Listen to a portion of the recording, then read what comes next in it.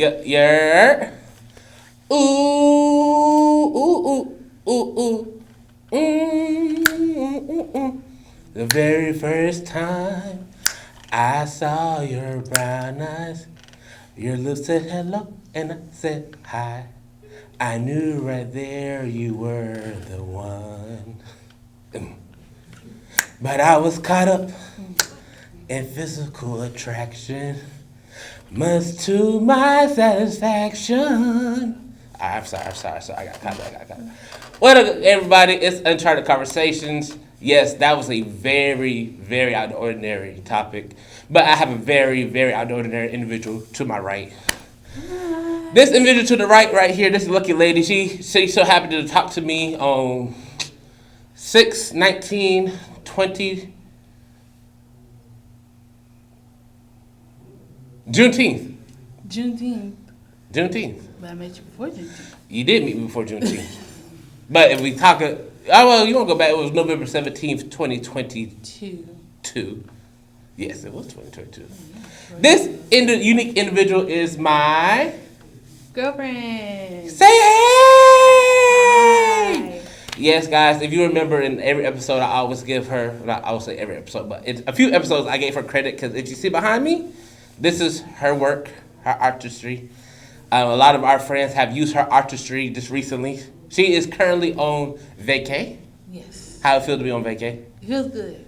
Feels great. Feels great? Yes. Excited to be here? Yes. That's good.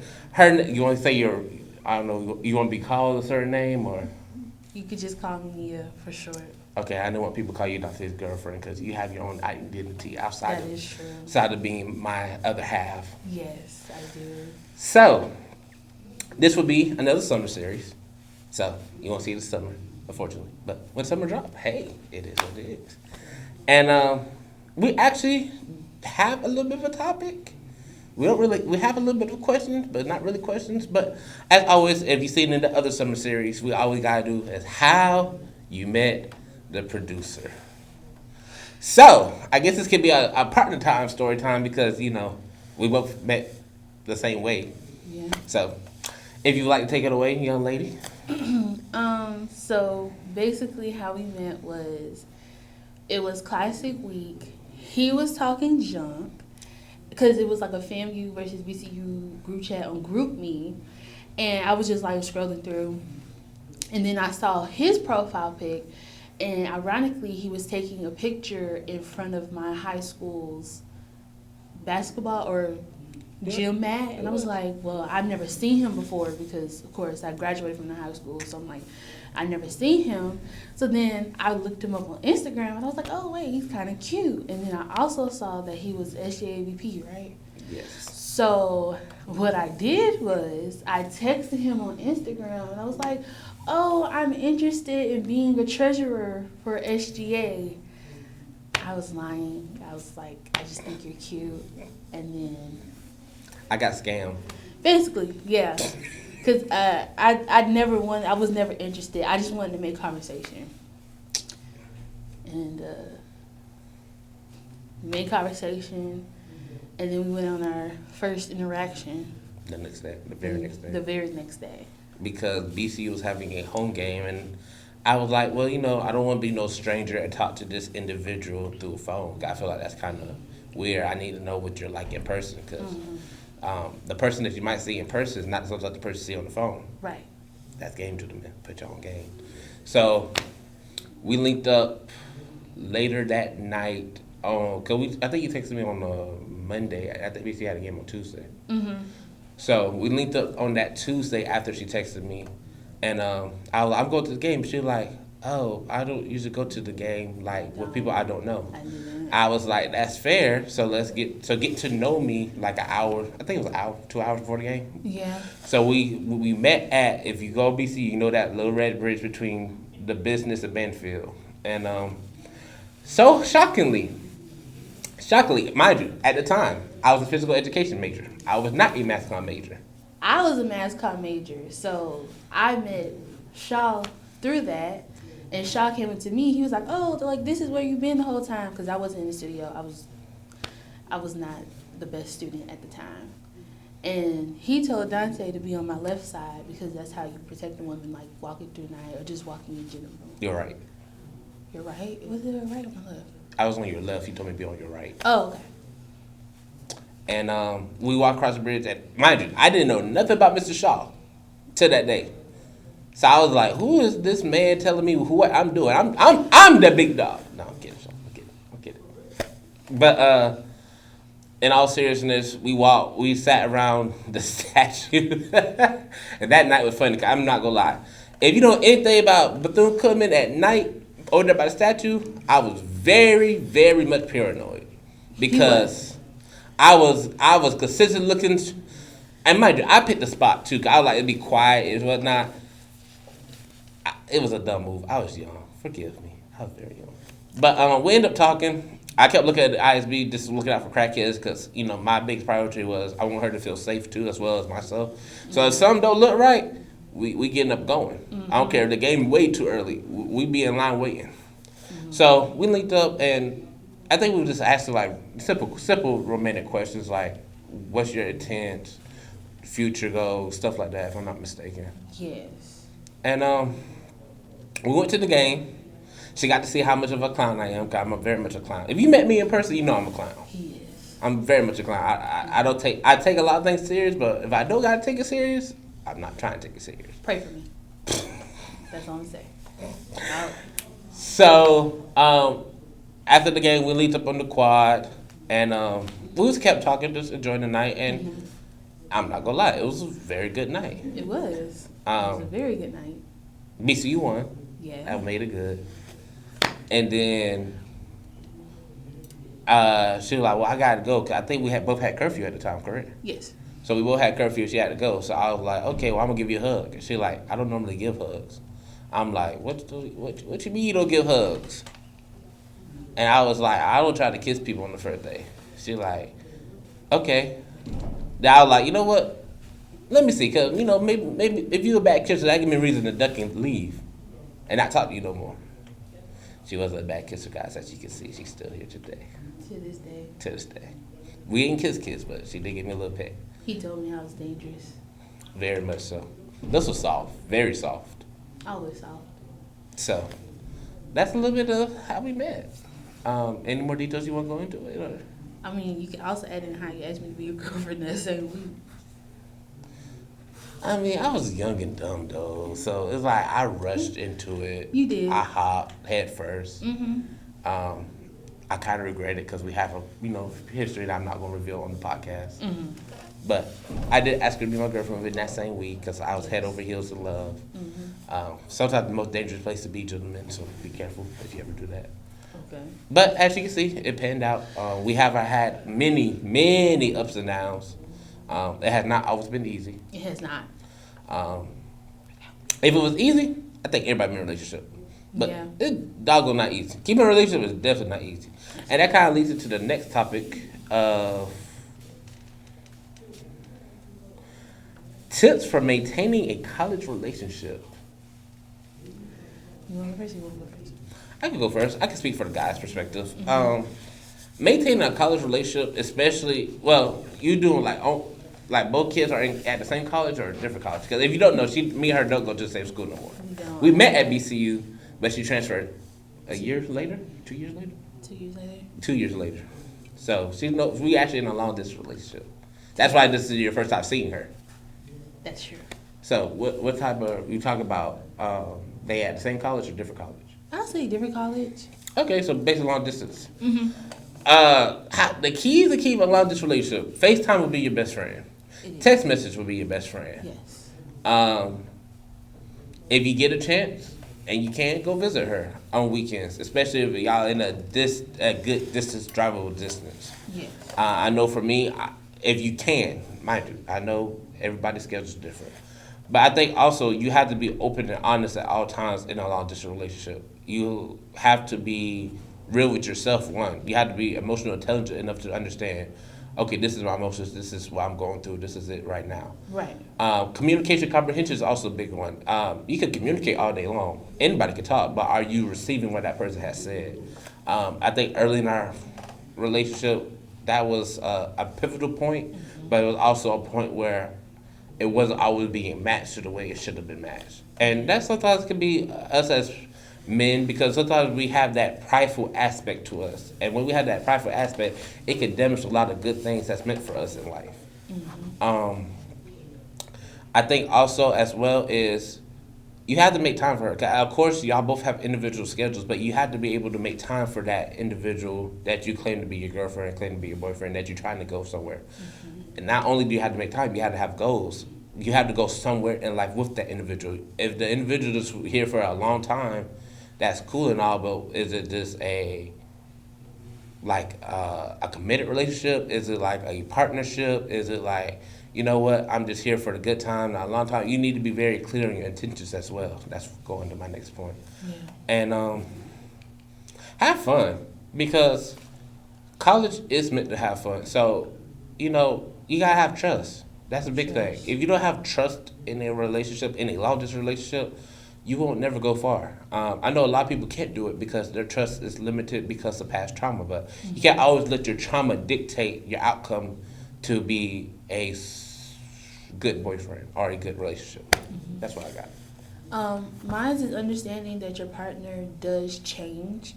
The person that you met when you were 18 or 19 is not the person that you have when you were 20 or 22. Facts. So it might seem difficult because, like, oh, well, we used to do this all the time, but, a person is supposed to evolve. If they're not involved, I don't think you should be with them. Also, don't talk at your partner, talk to your partner, because even in conflict, even if you're upset, it is a way you're supposed to talk to your partner. Don't cuss them out, even if they do push your buttons.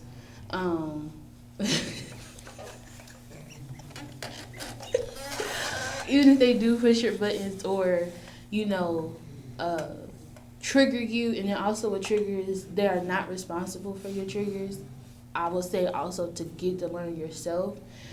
And I know sometimes it might be hard to learn yourself while in a relationship, because it's like, okay, I'm in a relationship with this person, but I also want to know who I am. I feel like before you have in a relationship, learn yourself. Even if you are in one, you can learn yourself, because again, we've known each other since we're 18. I'm 21, he's 22. Things have completely changed over time, even though we're both still goofy people. But that, I also agree with trusting your partner. I ain't worried about him. He know who I am. That's all I'm saying. So that's on that one. But also, trusting your partner, even like we're 2 hours apart, but some people be 10 hours, 11 hours apart. And I know that sometimes it's hard to trust your partner because, you don't know every detail or every second that with what's going on. But also, again, it's good to communicate with your partner and comprehend what they're saying. Agreed. Because sometimes you might say something and it might not come off that way. So that goes with the intent and purpose, because your intent was to say, well, hey, you're making me feel this way, but it didn't come off like that. So it's like, well, again, communicate, comprehend. Anything else I would like to say about maintaining a college relationship? Again, have fun. Don't be serious all the time. Don't be a Debbie Downer. I understand life does get serious, but with your partner, you're supposed to have fun.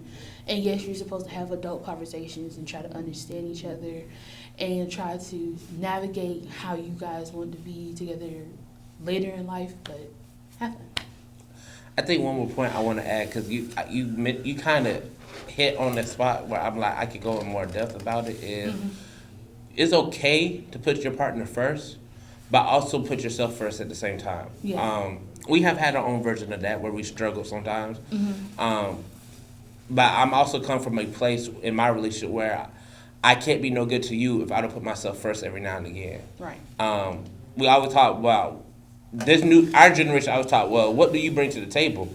Well, that person can't be their very best at the table if you ain't if you can't let them go get the groceries, go buy the car, go pay the bills, go pump up gas. If you get the content, you get the content. If you don't, you don't. You just miss a whole message right there. Right. Anything else you want to say to that? I think also to understand sometimes I know with our generation going with that, and depending on the full person or depending fully on the man as 100% provider, I feel like sometimes your relationship is not going to be like that. Hello. Sometimes your partner is going to be 70-30. Hello. Sometimes you're going to be 80-20. Hello. Sometimes you're going to be 90-10. Come on. So at least if you're making effort, I feel like that's something that you should do. Hello. Because if you fully depend on somebody, God forbid if they do leave, now what? That's a bar. That's a bar. Right, thank you. That's very much a bar. Okay, so let's talk about do's and don'ts in a relationship, especially when you first starting out. First starting out. Yeah, that we might have went through that we could be like, okay, we tried it, it didn't work for us, but you might could try it. It might work for you, but it probably won't. Fellas, don't bring up your ex. Don't do it. Don't say the name. Don't say, oh, I remember. Don't reminisce with your ex. Don't do it. It's not a good feeling on a woman's part. Don't do it.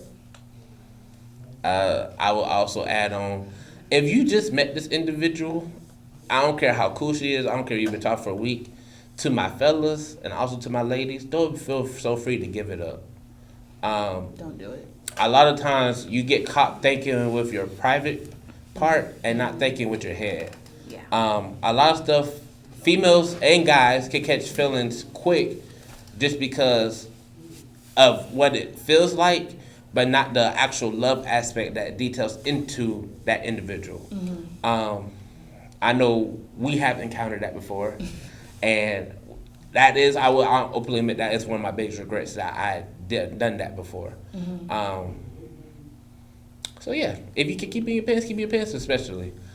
I would also think a good point to bring up, just you first getting into it, give everything time, give that person grace, because Right. although she made a good point about not bringing up your ex, the reason we still worked it out, because sometimes you have unhealed trauma where you might think you was over with, and then you might not be as fully over it as you thought. And sometimes it's hard to gauge your emotional intelligence when you be like, okay, I'm over it. She could die, this, that, and the third, F that, F that, F this, F that. And sometimes it might be you hurt. And sometimes it might be you never got the closure you needed from that previous ex.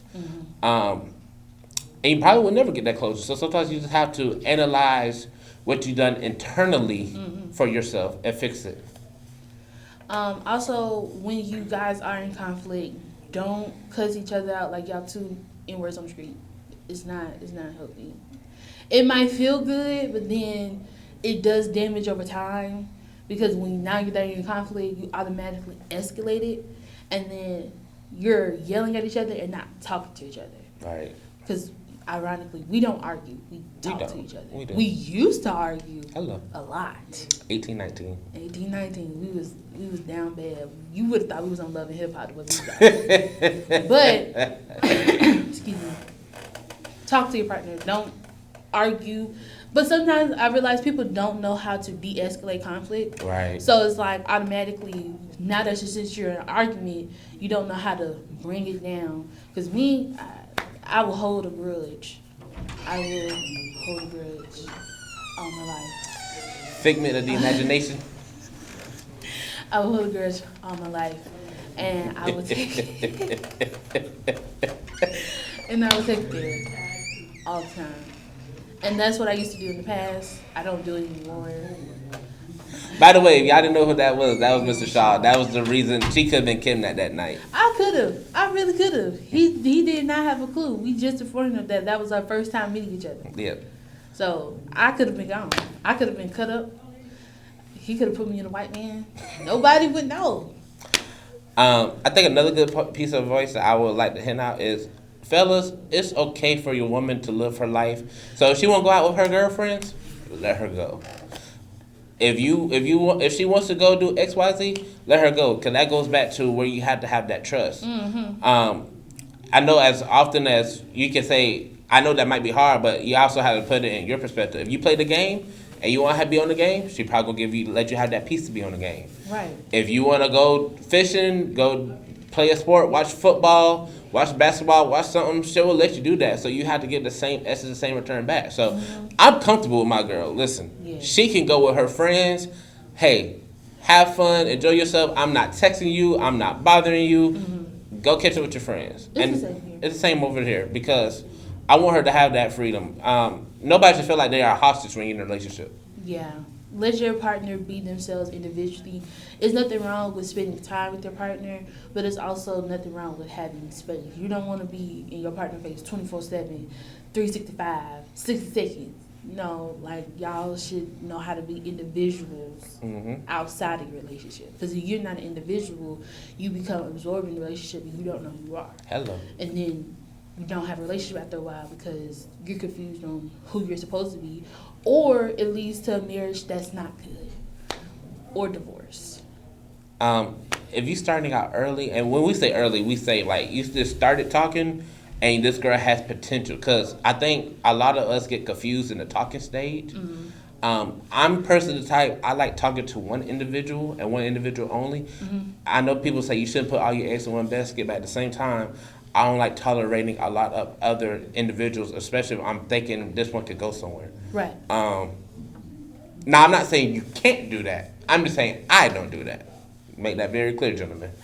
But I think also when you put all your eggs in one basket, you get to actually have a good analyzation of that individual and see if she's really good for your life, and can she benefit your life, and hopefully the same vice versa. Now, if it's you doing it and she ain't doing it, then you might want. You can have that conversation, but what's that conversation? Once you hear something like, "But we just in the talking stage," or once you hear something like, "I thought we could talk to multiple people when we're talking," then you should. And that should be a red flag in your head. Hey, bruh, this is a walking red flag. Let me get out. That goes for girls and boys too. Men, gentlemen, whatever. It goes for both. And I'm going to just say this. Don't make people pay for your burdens. It goes with the talking stage. If you feel like you can't trust nobody, you constantly feel like you have to be in people's faces and try to prove a point because 2 exes ago you got your heart broken. I feel like that's not fair. I feel like if you're doing that, you should just stay to yourself, just saying, because you're creating more damage. Because sooner or later, the person that you damaged will go to somebody else, and that person will become damaged, and next thing you know, everybody's damaged. It goes with that saying, hurt people hurt people. That's true. Kind of go to that. If you grieving that relationship that you thought was the one, grieve. Grieve. But don't hop into something right back because that don't fix it. I promise you it don't. It don't.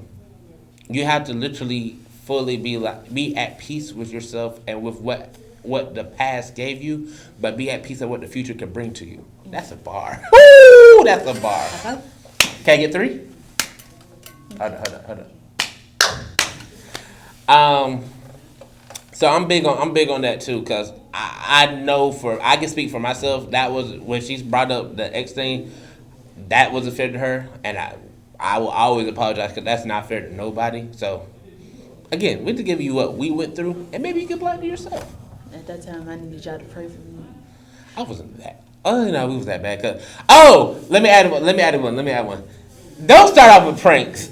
Please don't do that. Don't do that, honey. Especially if both of y'all super competitive and don't know how to turn it on, turn it off. Don't do that. It won't work out. I know it look good on YouTube. It looks fun. It looks exciting. Like they just love each other, blah blah blah. But when the cameras go off, you don't know what happened behind closed doors. And we tried that.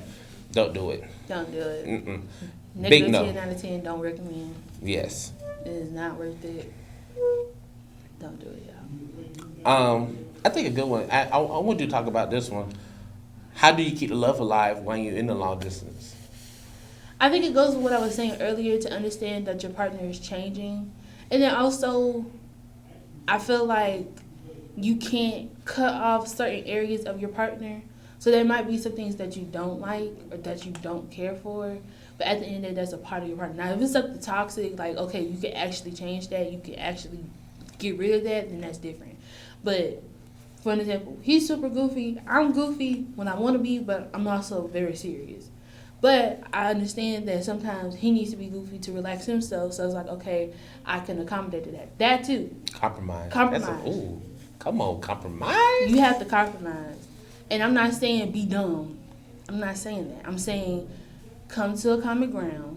If it can't happen, okay, that's understandable. But if you could come to a common ground with somebody, that's how you can keep the love alive. Because at the end of the day, your partner is an individual.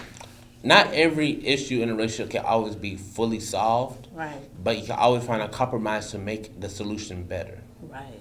I think I learned over time with my girl that you have to compromise a lot of the times because sometimes that just makes it easy.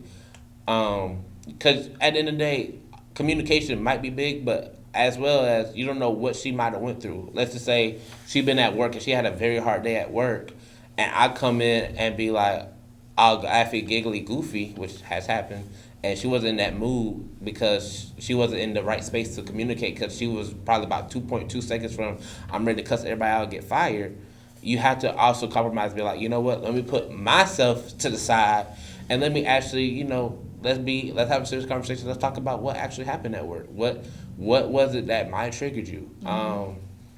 It's been that it has happened a few times, and I'll admit, like I said, I'm overly goofy, and if I'm not overly goofy, something might be wrong with me. Yeah, I would call 911, FBI, CSI, SCIS, Criminal Minds, Law and Order SVU, Law and Order Criminal Intent, Law and Order everybody. I'm calling Mariska. I'm calling her. Olivia Benson. I'm calling Stabler. I'm calling Tutuola. I'm calling somebody. That's fair. Because I would be very concerned if you weren't good for you. That is very fair. Anything else? Because last thing we had was any more relationship advice, but we could do that as like closing to come to a close. Ain't got nothing else. Enjoy. Life is fragile. Life is literally like a mist. It comes and it goes. Mm-hmm.